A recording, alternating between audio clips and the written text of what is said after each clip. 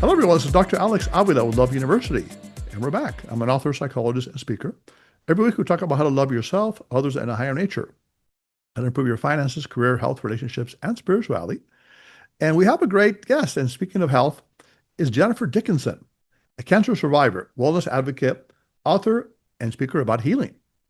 In 2011, she was a busy, stressed out lawyer who was diagnosed with stage 4 brain cancer, and she was given only 12 months to live.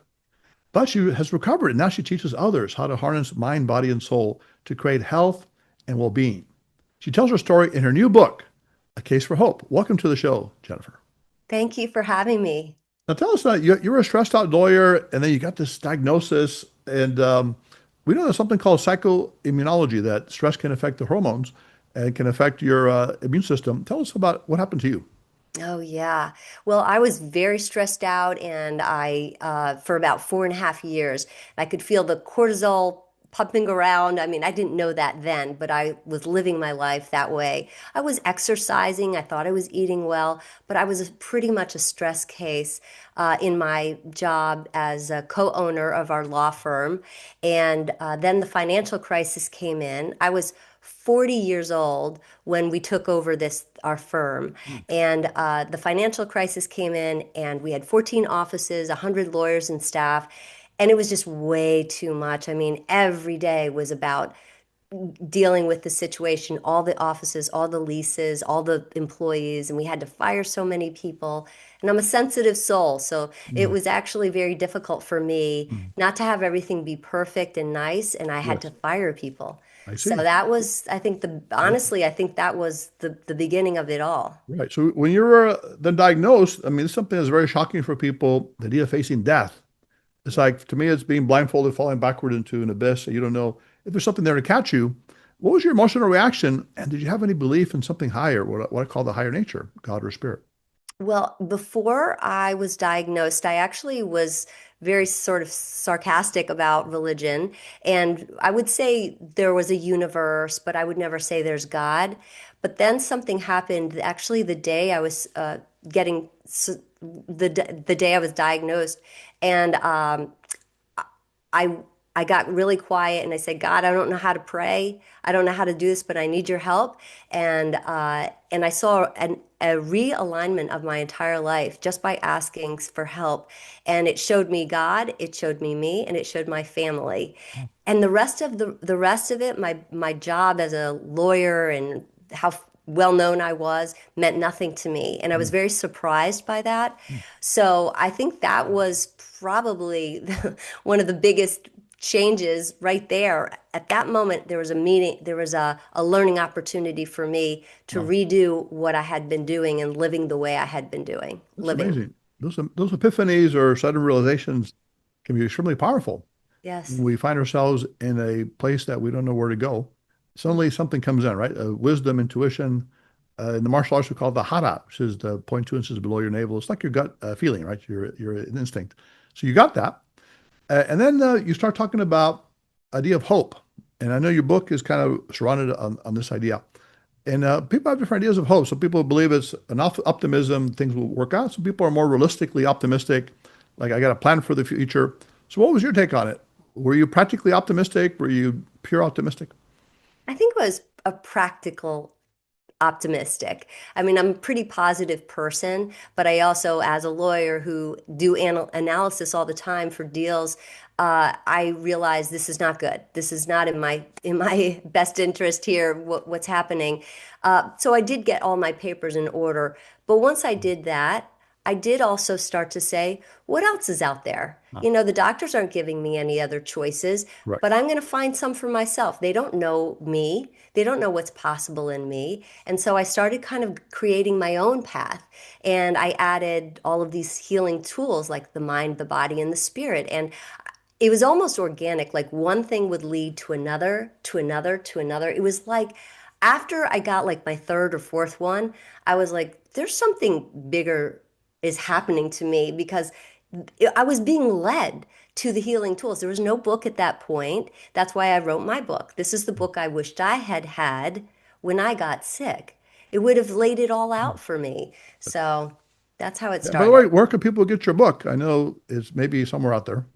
Amazon and really all the top ones on online. You can get it there. Also, my website. There's a The way website. to link to the I see. book. You love what you do, but at the time it was too much stress, and that Yes. may even have made things worse in terms of your immune system, possibly your system overall.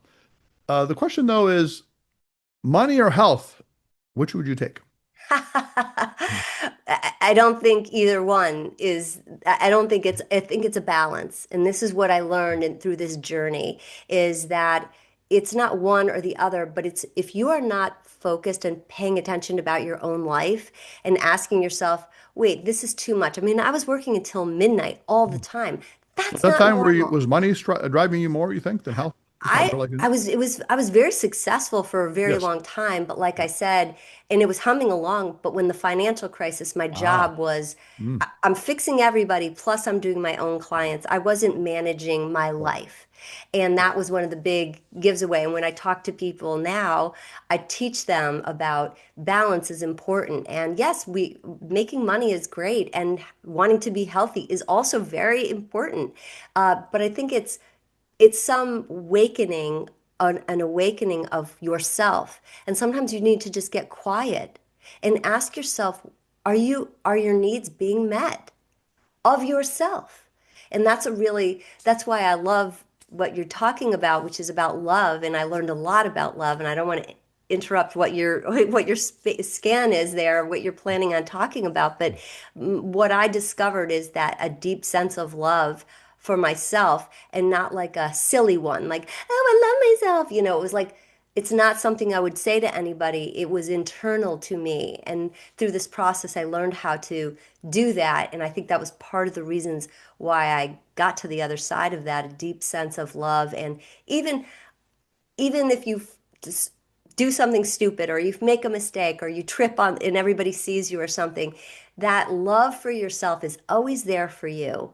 And it's not telling you you have to be perfect, you have to make $1 million. It's I found that to be a very important element to about loving, healing. Yeah, definitely. And of course, our motto here, as you know, is love yourself, others, and the higher nature. Yeah. So self, as you mentioned, right, self-care, self-forgiveness, especially for what you thought may have been a mistake. But also the higher nature. Some people call it God or spirit. Do you have any higher nature belief? Something higher? Oh, you asked me the best questions. Um, I wasn't before I got sick. I was sort of snarky. I believed in the universe generally. I never grew up with the church or anything. But when I got sick, I started getting messages, and I would start writing it down. And I was like, this is at the beginning, I was like, where is this coming from? But after a while, I started writing. They would write to me. It would be about midnight, or they'd wake me up, and I'd start writing. My husband's right next to me. I'm like trying not to wake him up, and I have all this stuff written, and I was getting messages. And I know that sounds strange for people, but it was amazing, and it was true. Um, and those messages weren't saying, "Don't worry about anything. You'll be fine." They were just near me, and they were a presence, and they were teaching me things. And I'm as blown away as anybody that that started happening. And I still have that, but it was during that first 2 years, that first year, they were really communicating. And that was a gift, really. And I Mm, think one of the reasons why I was able to keep going, even though the diagnosis was so horrible, mm, 12 months to live, definitely. Exactly. even though I was Mm, 44 and I thought I was a healthy person. So the spiritual aspect was enormous. I can see Grateful that. for it. So Jennifer, so talking about the higher nature, this higher concept of God, spirit, something that takes care of you, loves you, and the idea of death. I talk about death, some of my books about the idea that you're blindfolded, you're falling backward in a cliff, and you don't know who's going to be there to catch you, right? For example, what we call death. And people do have the fear of death. That's a very strong idea, but also the fear of love and comfort behind that. Did you have any belief of something beyond the current existence? Yeah, I did. I did. And I think that was part of the messaging was that they were there. They were there. My grandfather was talking with me, and I had other people who had died, Oh, but also from Jesus Christ. And I know I appreciate that. And I'm sure you talk with lots of people who this is not a big deal, but with my little world as lawyers, that's not, what you would talk about, but that is what happened. And yes, so that was a big part, I think, of healing because I felt like I had support on this other realm. Also, a woman said to me, and she was a lawyer, but she was from the islands, and she came to the house when I was very, very sick, and I didn't have the surgery, radiation, chemo, I hadn't had anything. And she said to me, Jennifer, it's very important for you to know. She had like a whole thing she was doing. And she said, it's very important to know for you to know that whether you make it or you don't, you will be okay. Hmm. And I've told that to other people because I coach people all the time about this stuff. And they're like, oh, that's an awful thing to say. I'm like, no, what a release it was. We don't have to keep saying about dying, we keep shoving it away. We can actually look at it. Okay, I'll be okay either way. I'd like to stay too. And so let's do everything that I can. But at the same time, I'll be okay. And that's really important. I like that. So that's kind of the idea of trust, trusting in something beyond yourself that Yes. you will be okay. Like you say, you will be, in an elevated position perhaps. And the other part of that is the idea of hope. So hope you can say when you're alive, at the moment, and you're experiencing all these emotions and things that are happening, especially when you have this kind of terminal diagnosis. But the thing about hope is interesting because I think you might have a different perspective on it. But people talk about optimism, right? To expect the best. But there's also something called practical or realistic optimism, where you may expect the best, but you also are in tune to the realities, right? Things that may happen. So, what's your take on this? Do you believe in realistic optimism or total optimism?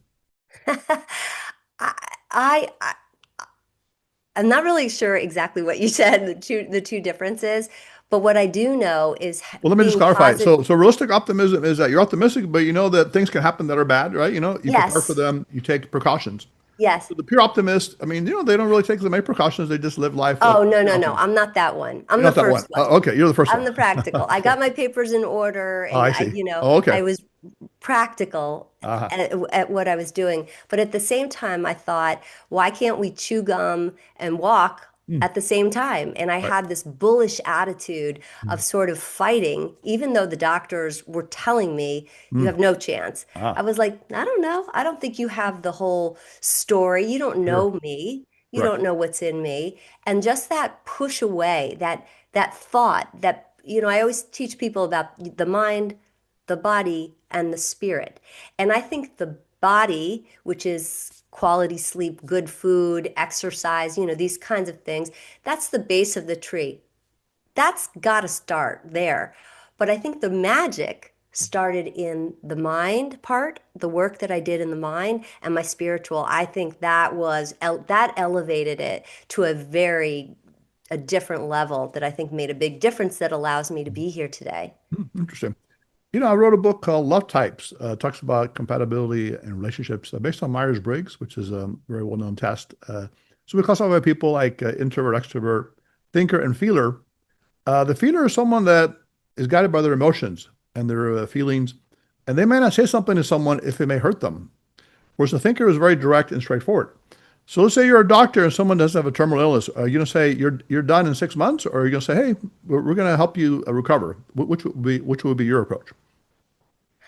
I would say this is what the percentages are, but there are always survivors. And so let's position towards surviving it. Let's throw everything that we have Mm, instead.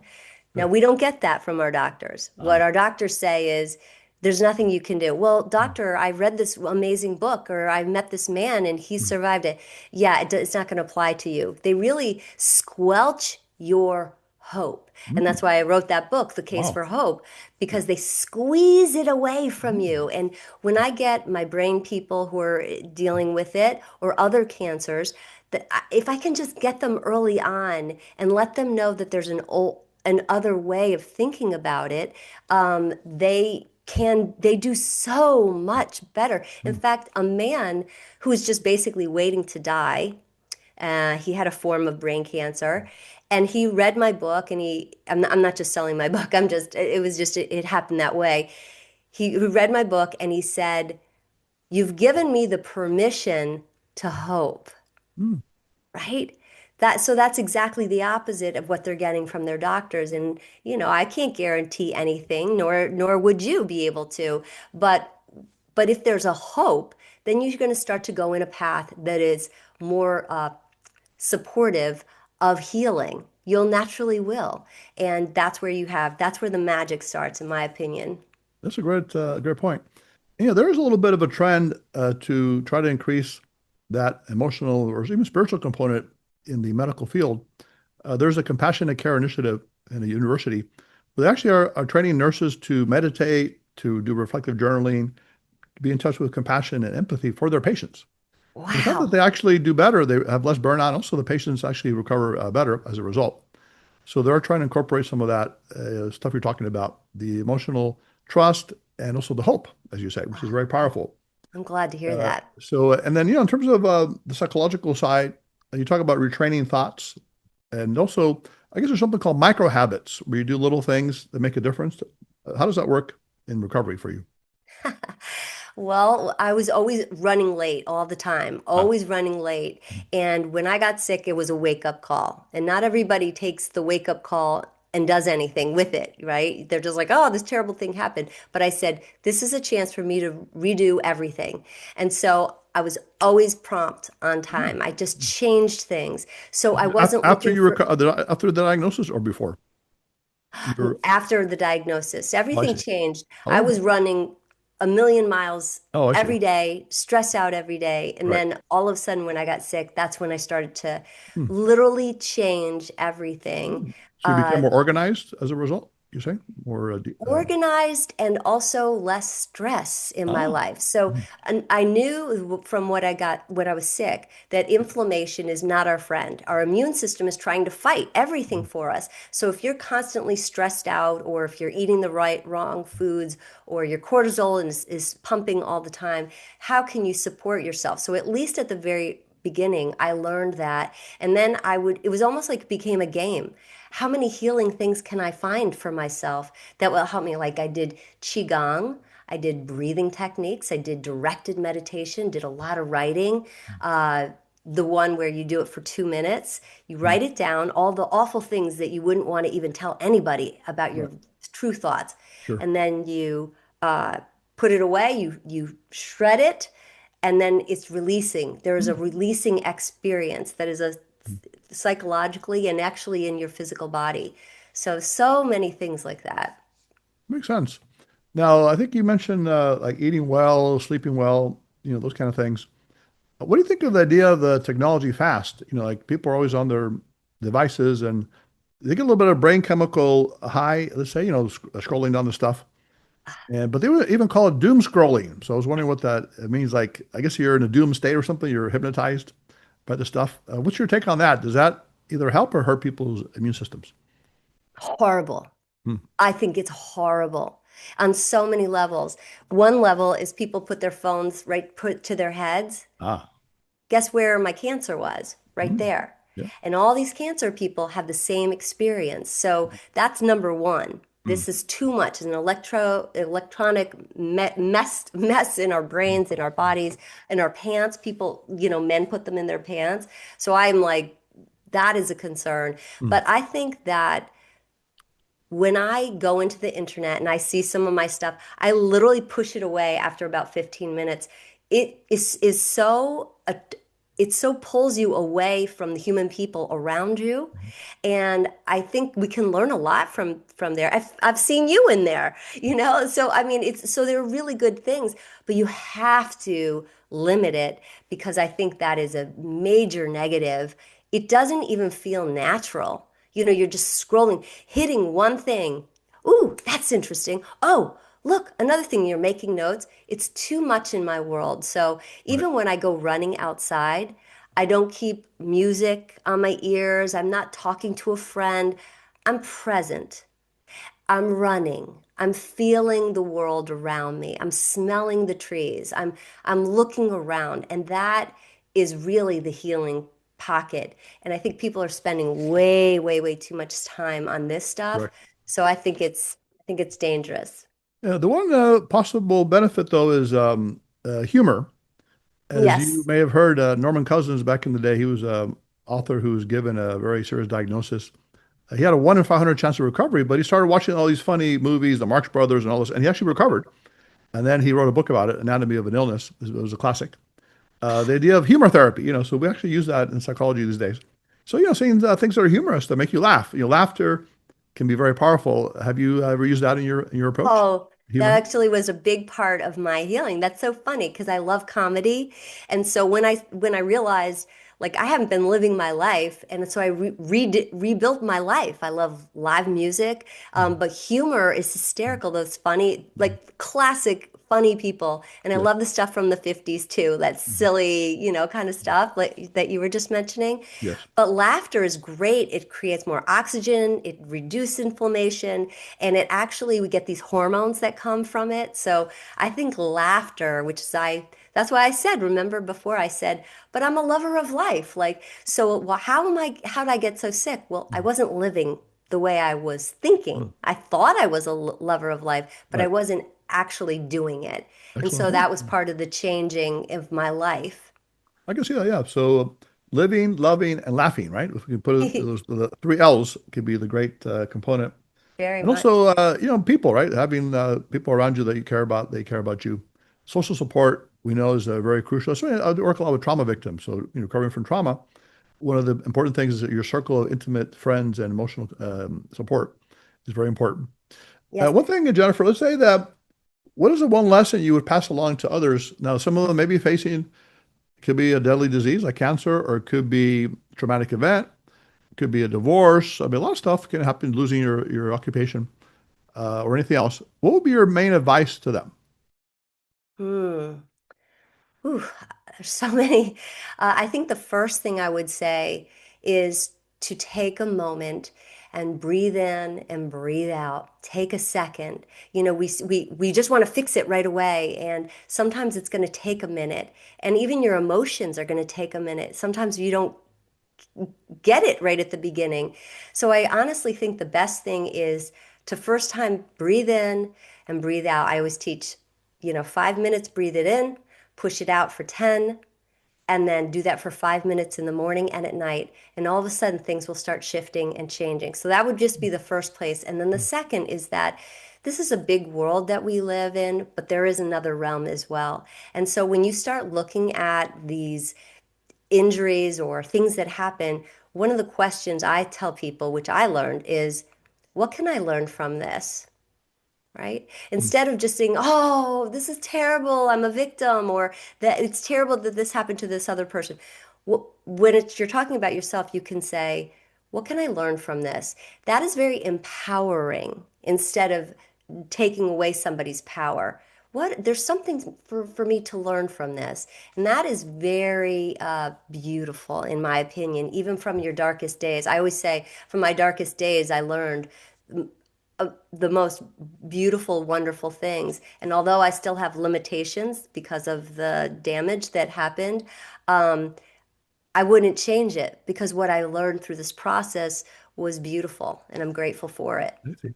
So you're touching on a couple of very powerful points. One is the search for meaning. Viktor Frankl talked about it in the concentration camps. Those Yeah, men that had a meaning, purpose for meaning, continuing life, they survived. No matter if they were skinny guys, but they just had that power within. yeah, And the other is, like you said, faith and hope, expectation, right, for something greater. Those are very powerful things. And I can see that you've done a lot of good work, and you're continuing to do good work to inspire others that are going through challenges right now, maybe very serious challenges, but they maintain the hope, as you say, right? The yeah, powerful belief in something higher, right? And the meaning. Having the meaning is very important. Also, gratitude. I think that you're kind of alluding to that a little bit. That's actually in psychology. We know that's one of the biggest helps for reducing depression. Keeping a gratitude journal, you can reduce depression by 40% and increase sleep by 40% if you do like over a period of weeks. yeah. Three things you're grateful for every day. And we just had Thanksgiving, which is my favorite holiday, by the way. I don't know if you like it as well. And gratitude is so, what are you grateful for, Jennifer?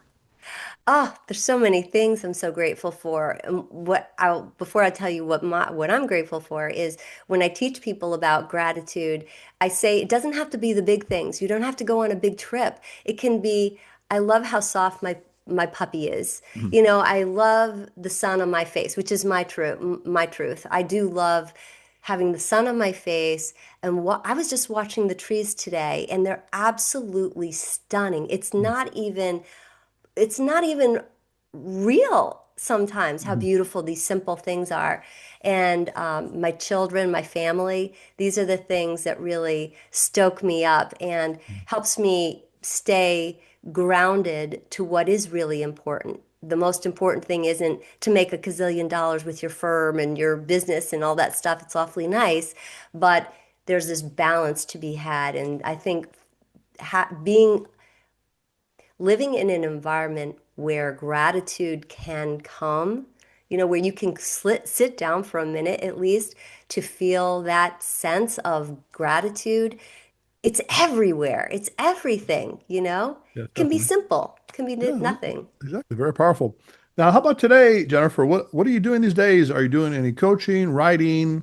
What's Yes. your life like now that maybe you can help people and tell us about that? Yes. Well, I do a lot with my book and I do a lot of public speaking about that. And I do just talk to people. They get my information. I don't charge anybody and I just really when they hear my voice, they understand the conviction of how this can be possible for anybody.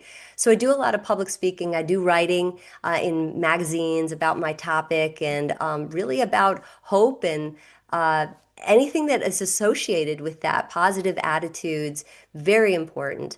So I just trying to get the good word out Mhm. about all these things, healing too. A lot of people when I'm who are sick, they're like, "Oh, I don't believe in, the spiritual aspect of things." I'm like, "Well, work on it. Yes. Work on it. Get real quiet and do that." So, Yes. And do you have a website we can go to? How do I we get a hold of you? I do. My website is jenniferdickinson.com, and I've got tons of information. I've got a bunch of information about there and papers that I've written. It's a good resource, good place to start. Definitely.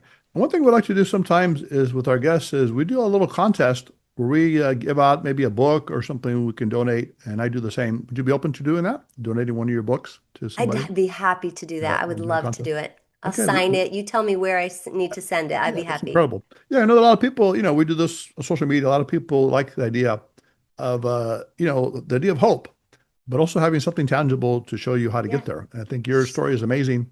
It's been tremendous to have you on the show. We'd love to have you back. Maybe, if you have a follow-up to what you're doing, and definitely keep in touch with you. So we really Well, appreciate it having you on the show.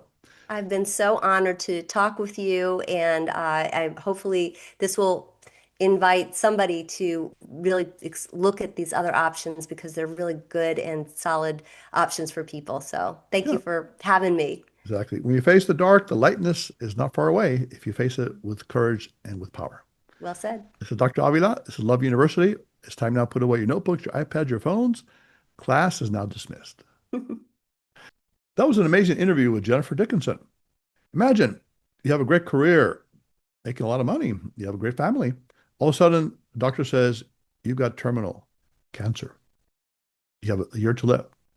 That's what happened to her, but she overcame it. She developed hope. She found a spiritual awareness, also a physical and emotional awareness, and the idea that she wanted to give back to others. And, finding meaning in her illness helped her do that and contribute to others. And I think we need to do that. Think about it. Finding the meaning in whatever problem you have, obstacle, can change your life if you give back to others with love, with energy, and with understanding. This is Dr. Alex Avila, Love University.